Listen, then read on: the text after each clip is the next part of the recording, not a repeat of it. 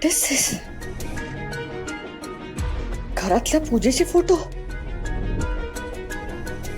आणि याच्यात ती सई सई तोंड वर करून हसते फोटो मध्ये. इथे माझ्या आयुष्याचं वाटोळं करून ही तिकडे एन्जॉय करते. मला एका बाजूला दाखवते की किती माझ्या बाजूने, पण नाही, माझ्या आयुष्यात आज जे काही घडतंय त्याला ही कारणीभूत आहे. हिच्यामुळे आज माझी ही अवस्था झाली आहे. काय नाही केलं मी या घरासाठी. जागीरदारांचं वैभव आज जे काही आहे ते माझ्यामुळे. त्या घरासाठी एवढं केलं आणि आज त्या घरात पूजा आहे आणि मीच नाही तिथे. मला घरातून बाहेर काढलं. तिच्याशिवाय घरात कोणाचंही पान हलायचं नाही. आज तिच्याशिवाय पूजा घातली जाते घरात. सगळे एवढे एन्जॉय करतायत आणि मी इथेही अशी या घरात बसले, अशी रडत. नाही सोडणार मी त्या सईला, नाही सोडणार.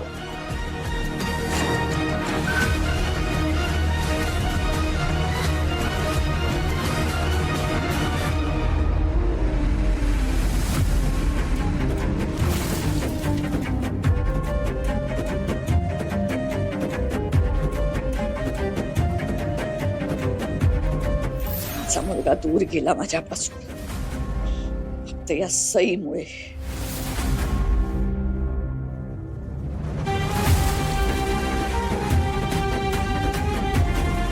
लाईट गेले.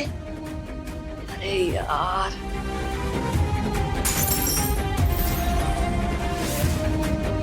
चला, तुझ्या अगदी यथासांग पार पडली नाही. जानकी, बरं झालं तू घरी पूजा ठेवली होतीस ते.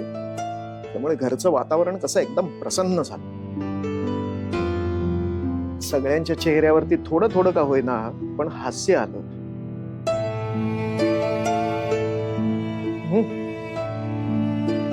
गुरुजींचं कौतुक करावं तेवढं थोडंच आहे ना. म्हणजे इतक्या शॉर्ट नोटीस वरती ते तयार झाले आणि येऊन त्यांनी व्यवस्थित पूजा केली. चला, पूजा झाले म्हटल्यानंतर घरातलं सगळं नीट होईल. म्हणजे एका दिवसात होणार नाही, पण हळूहळू का होईना सगळं पूर्ववत होईल. आणि जानकी,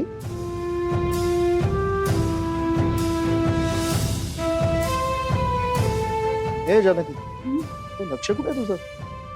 तुम्ही कधी आलात कळलं सुद्धा नाही मला. या इकडे बसून मी एवढी बडबड केली, एक शब्द देखील तू ऐकला नाहीस ना. अगं, मी असं म्हणत होतो की आता घरात पूजा झाली तेव्हा सगळं ठीक होईल अशी श्रद्धा आहे ना तुझी. मग एवढा विचार करू नकोस. परमेश्वरावरती सोडून दे सगळं. होय हो, पण मला आता वेगळीच काळजी लागून राहिली. आता का? देवांश म्हणाला की मी सईला घेऊन कुठेतरी फिरायला जाईन म्हणून, पण त्याची तशी इच्छा दिसली नाही. मला बरं वाटावं म्हणून आपलं तोंड देखलं हो म्हणाला असं वाटलं. जानकी, त्याची सध्या मनस्थिती ठीक नाही, तेव्हा आपण त्याला थोडा वेळ द्यायला हवा. कबूल आहे. मग म्हणूनच तर मी म्हणते की त्या दोघांनी एकत्र कुठेतरी फिरायला जावं. आई आहे मी त्याची, त्याच्या भल्याचाच विचार करणार ना. मान्य आहे, पण देवांश आत्ताच एका मोठ्या धक्क्यातनं बाहेर आलाय. त्यात भैरवी घर सोडून गेल्याचा आघात तर आहेच.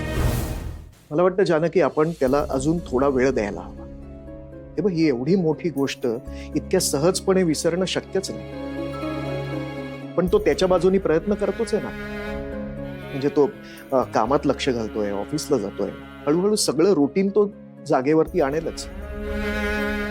पण तोपर्यंत आपण सगळ्यांनी धीराने घ्यायला हवं. मला कळतंय तुमचं म्हणणं, पण तरी मला असं वाटतं की देवांश आणि सईचं नातं आत्ताच पुढे जायला हवं. हे नातं जर आत्ता घट्ट झालं ना, तर पुढे कितीही संकट आली तरी ती झेलायची तयारी त्या दोघांची असेल.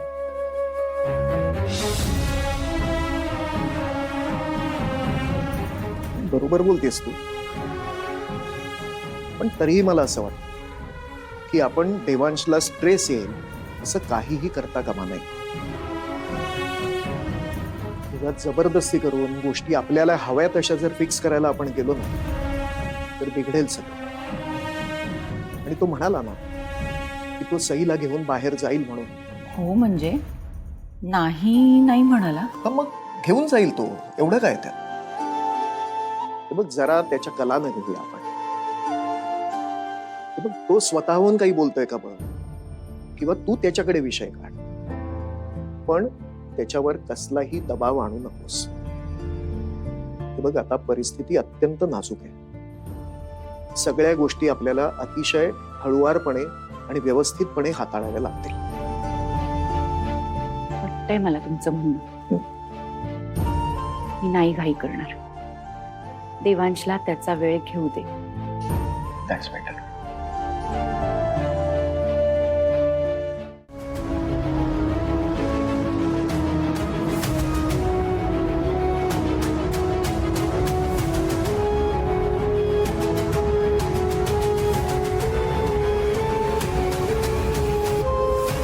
अगं कुठे बाहेर निघालीस का? हो आई, मी भैरवी मॅडमकडे चालली.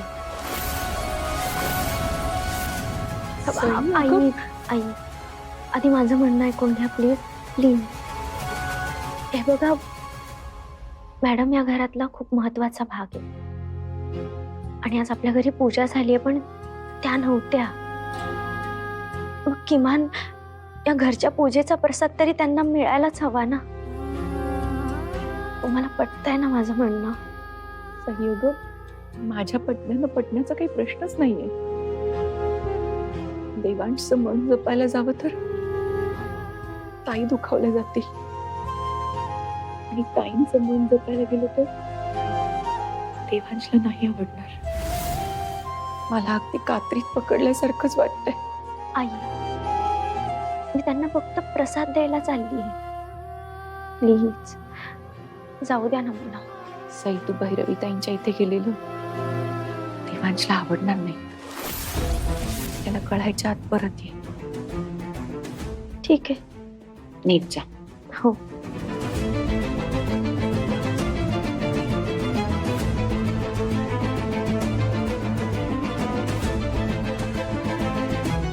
आई बोलल्या खरं पण सरांना न सांगता जाणं मला नाही पटत आहे. नाही मी सरांना सांगूनच जाते.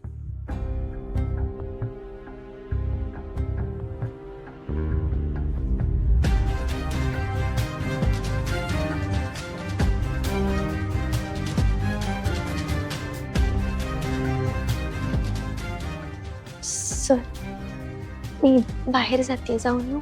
काय काय काय मी काय म्हणतोय, आपण इतक्या वर्षांपासून काम करतोय, so of course we trust you. तुम्ही त्याची काळजी नका करू आता. It's okay. Yes yes. That previous one right. Okay okay okay. मी भैरवी मॅडमकडे जाते. ह्या आईंना मी सांगितलंच आहे पण सर तर बिझी आहेत. सरांना मी आल्यावरच सांगेन.